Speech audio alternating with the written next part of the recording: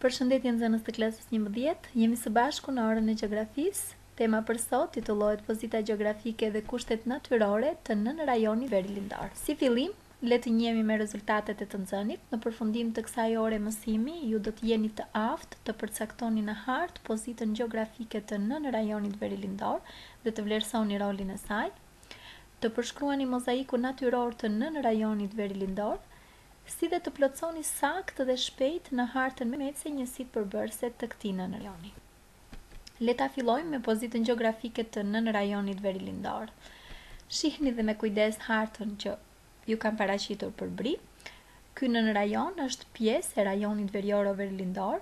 Në veri, pozita e tij gjeografike shkon deri në luginën e lumit Drin, në jug deri në luginën e shkumbinit të mesëm.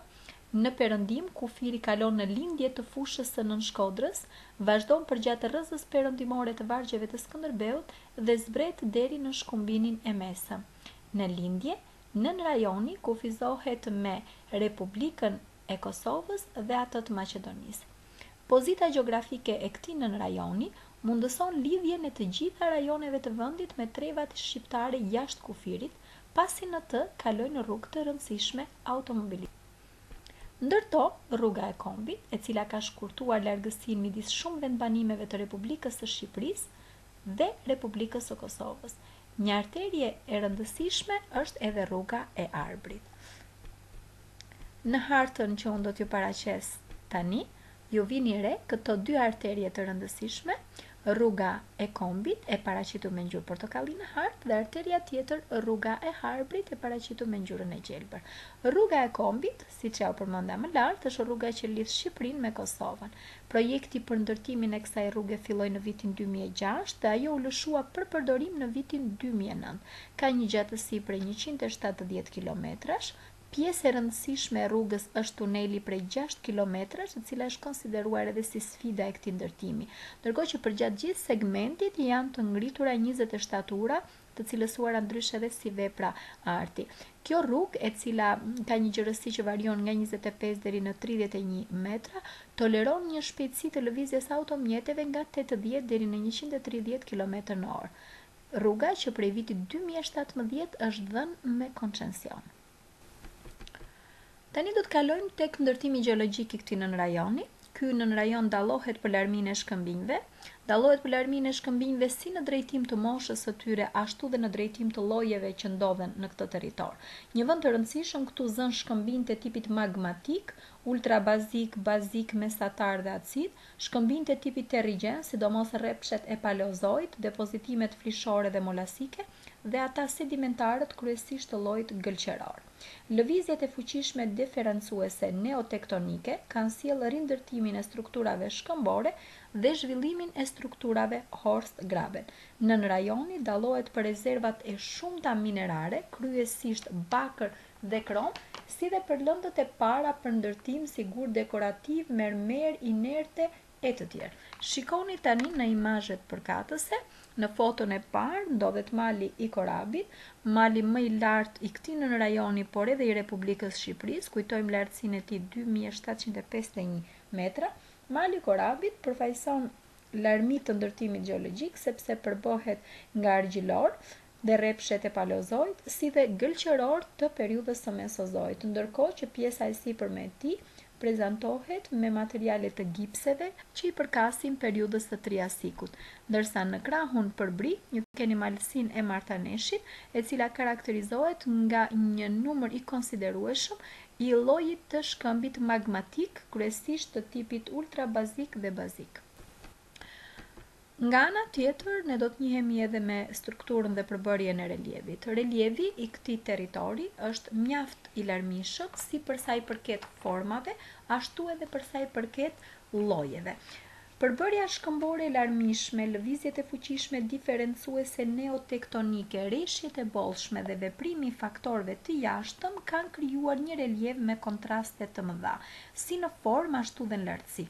Format kryesore të këtij relievi janë vargjet malore, grumbujt malor, masivet të mëdha malore, malësit, luginat, gjatësore, tërthore dhe gropat. Ndërkohë që llojet e relievit janë strukturor, lumor, erozivo denodues, akullnajor dhe relievi karstik. Relievi strukturor është formuar si rezultat i deformimeve të krijuara nga shkëputje tektonike, ndërsa i lumor prej veprimtarisë së ujrave rrjedhëse sipërfaqësore. Relievi akullnajor është rezultati i veprimtarisë akullnajore, përgjithsisht në lartësi mbi 1500 metra mbi nivelin e detit. Dhe shikoni foton përbri, keni imazhe nga zona e Lurës, një prej liçeneve të Lurës, i cili ka origjinë akullnajore. Relievi akullnajor, i përhapur kryesisht në territorin e Lurës, ofron një pamje me të vërtetë shumë piktoreske. Ndërkohë që relievi erozivo-denudues lidhet me përhapjen e shkëmbinjve terrigjen, të cilët gërryhen lehtë nga ujrat dhe me pjerrësinë e shpateve malore, ndërsa relievi karstik është formuar si rezultat i veprimtarisë tretëse të ujrave në shkëmbinj gëlqëror. Do të kalojmë tani në rubrikën tjetër. Klima. Klima, e cila haset në këtë territor, prezantohet përmes 3 llojeve kryesore, këto kushtëzuar nga pozicioni gjeografik, lartësia mbi nivelin e detit dhe ndërthurja e formave të relievit, dhe për këtë arsye aty hasen klima mesdhetare kodrinore, klima mesdhetare paramalore dhe klima mesdhetare malore. Ky nën rajon dallon për numrin e madh të ditëve të frënëta, të ftohta, me dëbor, si dhe për intensitetin dhe kozgjatjen e erave veriore dhe verilindore. Reshjet e dëborës janë një dukuri e zakonshme, sidomos në lartësitë mbi 1000 metra. Ndërkohë që reshjet e shiut bien mesatarisht 2000-2200 mm reshje dhe temperatura mesatare jetore lëviz nga 10 në 14 gradë Celsius. Vini re imazhin përbri, i cili i përket zonës së Lurës, dhe shikoni se si kjo dukuria e dëborës është e pranishme edhe gjatë stinës së pranverës. Hidrografia. Për sa i përket të rezervave ujore, ky nën rajon karakterizohet nga një numër i madh rezervash ujore, sepse jo vetëm që ka një rrjet të dëndur hidrografik, por ka edhe pasuri të konsiderueshme të liçeneve dhe ujrave nëntoksore.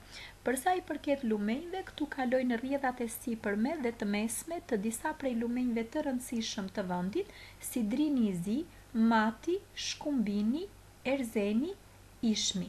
Ndërkohë që përgjatë luginave lumore ndeshen zgjerime dhe ngushtime deri në formën e kanjoneve, si dhe disa nivele taracash lumore. Ky nën rajon është i pasur gjithashtu me burime të shumta ujore, minerale dhe termale. Pjesë e rëndësishme e hidrografisë janë edhe liçenet akullnajore dhe me burime karstike. Vini re në pamje të parë është lumi Mat, mjaft piktoresk përgjatë gjithë rrjedhës. Kalojmë tani tek tokat. Tokat që ndeshen më tepër në këtë nën rajon janë ato livadhore malore, të murrme pyjore dhe tokat e kafejnta. Mirë, po përveç këtyre tokave, këtu hasen edhe tokat azonale, siç janë ato aluvionale dhe malore torfike. Në pamje të parë, juve ju paraqiten disa lloje tokash, të cilat janë të gjendshme në territorin e Malasisë së Artaneshit. Ndërkohë që në imazhin përbri do të shfaqet tulipani i Kuksit, për të na shpjeguar më me detaje bimësinë. Bimësia përbëhet në këtë territor nga ajo e brezit mesatar të Europës dhe ajo e llojit mesdhetar, krahasuar me rajonet e tjera të vendit. Ky nën rajon dallohet për fondin e madh pyjor, pish dhe bredh, me vlera të mëdha ekonomike. Sipërfaqe të tilla pyjore gjenden në Puk, në malin e Korabit, në malin e Skënderbeut, në malin e Dajtit e tjerë. Unë kam zgjedhur t'ja u prezantoj ndryshe bimësinë, jo përmes materialit pyjor, po përmes një bime e cila është endemike për territorin ton, i njohur ndryshe si tulipa albanica ose nga shqiptarët si tulipani i Kuksit. Kjo lule është zbuluar në vitin 2003 në zonën Kolsh Suro nga biologu Besnik Hallaci. Është një bimësi endemike e cila karakterizohet nga 2 ngjyra, ngjyra e verdhë dhe ngjyra e kuqe, ndonjëherë edhe të kombinuara. Ajo ka fituar madje dhe statusin e bimës që merr mbrojtje ndërkombëtare. Nga 113 tulipan që njiheshin deri në vitin 2003 në botë, tulipani i Kuksit rënditet i 114.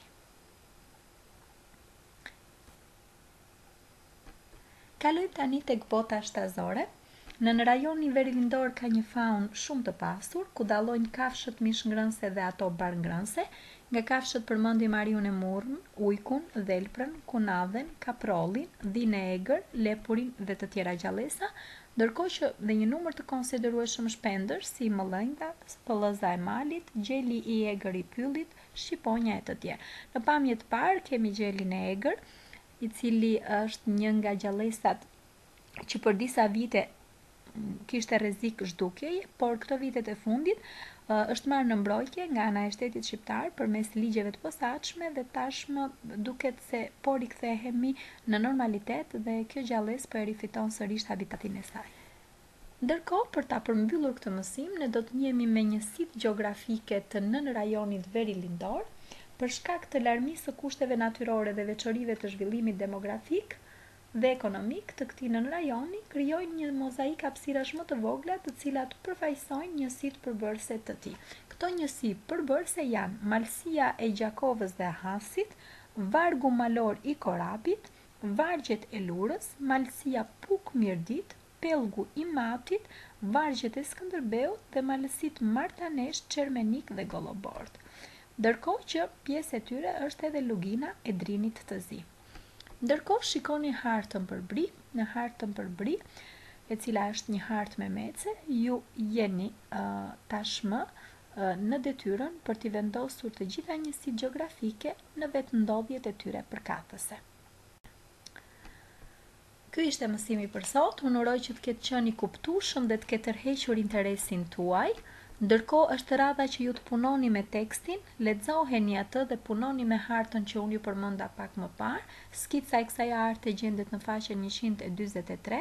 Shënoni me kujdes në vendodhjen përkatëse njësitë fiziko-gjeografike të nën rajonit Verilindor. Tashmë përfunduam.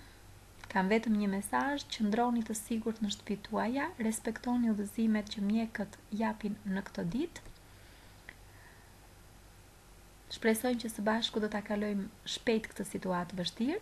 Bashkë ne do të takohemi në orën pasardhëse.